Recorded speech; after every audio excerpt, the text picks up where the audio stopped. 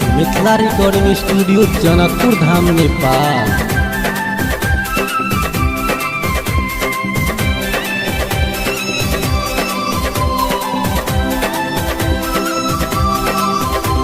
Corona virus बीमारी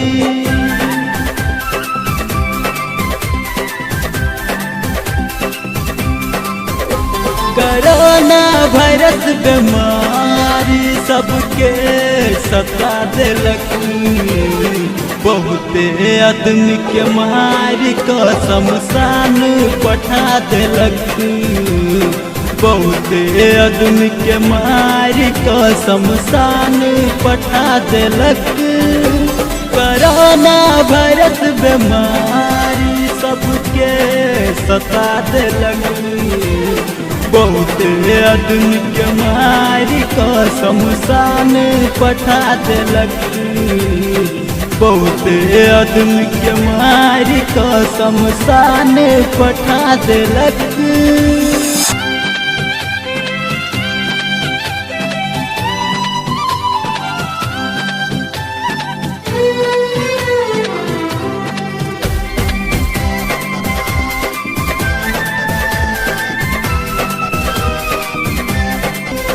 पूरा दुनिया भर में चना चलई उदेश जगर समान पहुँचित छलई पूरा देश विदेश।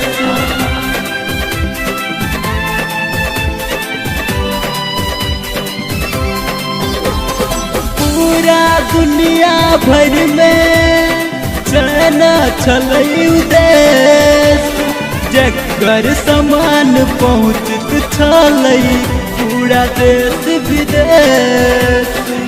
पूरा देश विदेश। दुनिया में फैला कर संकट बढ़ा देलक।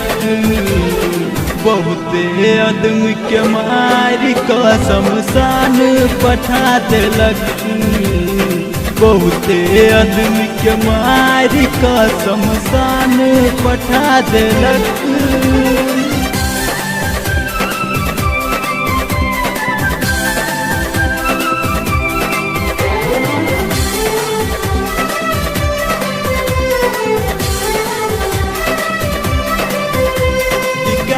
विशाल कहैया कोरोना छै खराब जकरा लगै छै वायरस यो भऽ जाइ छै बर्बाद।